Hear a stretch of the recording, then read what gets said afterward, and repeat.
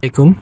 2025-26 শিক্ষাবর্ষে গুচ্ছ বিশ্ববিদ্যালয়ের এ ইউনিটের ফলাফল কবে তা যা বলেছে কর্তৃপক্ষ। ইবি প্রতিনিধি, এটি প্রকাশ হয় 12 এপ্রিল 3টা 27 মিনিট। ডেইলি ক্যাম্পাস প্রকাশিত 2025-26 শিক্ষাবর্ষে গুচ্ছভুক্ত জিএসটি পদ্ধতিতে 20টি সাধারণ এবং বিজ্ঞান প্রযুক্তি বিশ্ববিদ্যালয়ের স্নাতক প্রথম বর্ষের এ বিজ্ঞান ইউনিটের ভর্তি পরীক্ষার ফলাফল প্রকাশিত হতে পারে আগামী 2-1 দিনের মধ্যে, অর্থাৎ আগামীকালের দিলে নতুবা পরশু দিন দিতে পারে, অর্থাৎ 14 তারিখে তোমাদের রেজাল্ট দিতে পারে, 13 তারিখ অথবা 14 তারিখ।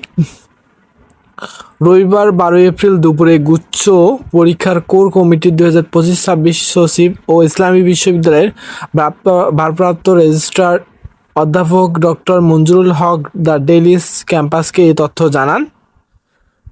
তিনি এই তথ্য জানিয়েছেন ডেইলি ক্যাম্পাসকে। তিনি বলেন, গত শুক্রবার গুচ্ছের এই ইউনিটের ভর্তি পরীক্ষা অনুষ্ঠিত হয়েছে।